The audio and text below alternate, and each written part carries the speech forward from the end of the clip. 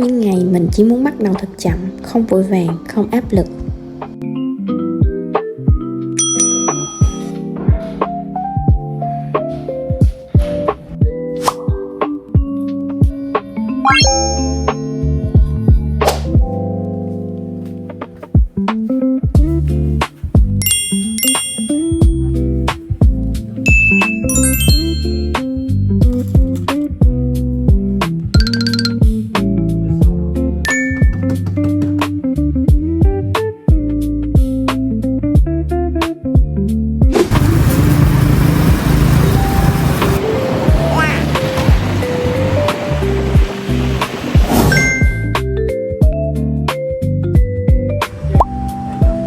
Đầy đủ một hồi lấy trả thôi nha.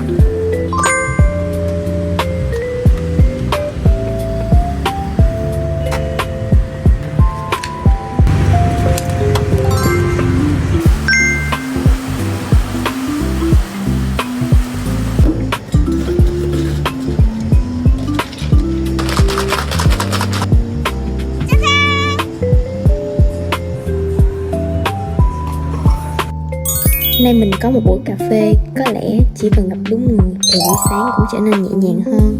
Tụi mình kể cho nhau những câu chuyện về công việc, những ngày bận rộn và những dự định còn dang dở. Có những cuộc trò chuyện không quá đặc biệt nhưng lại khiến lòng mình nhẹ nhàng đến lạ.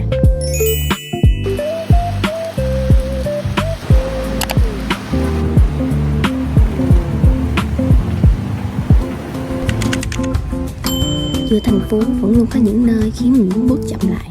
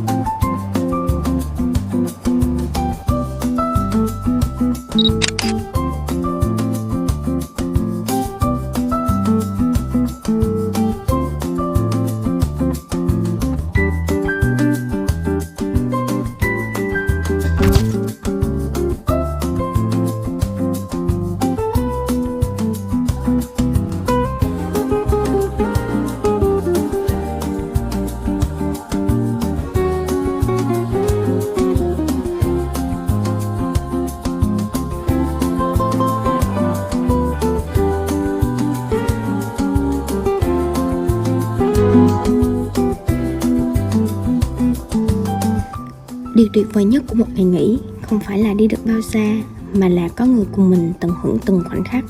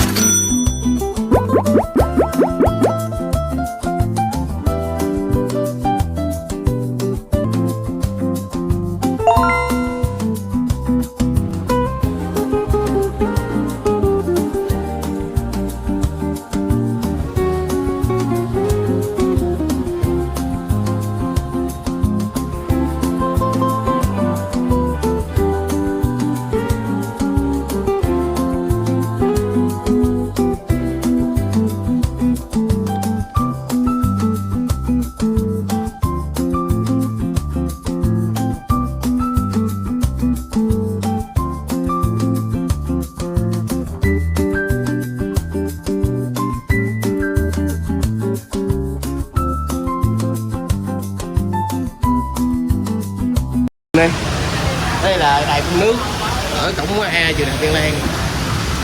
Thì sơ bộ là vậy trước, thì đợi xíu nữa mình đi quay đó, mình thấy thêm gì hay mình quay cho mọi người coi nha. Nhớ follow mình nha, mình đào hồng có liền. Ở đây là 1 trên gì má? 1 trên 10.000. Nè, cho em, ta đang chỉ ở trên mà. À ok, xin lỗi nha. Ta đang chỉ ở trên. Cái này là 110.000, thấy không? Dấu ấn lịch sử ở đây nó có con rết nữa nè. Đây là dấu ấn lịch sử.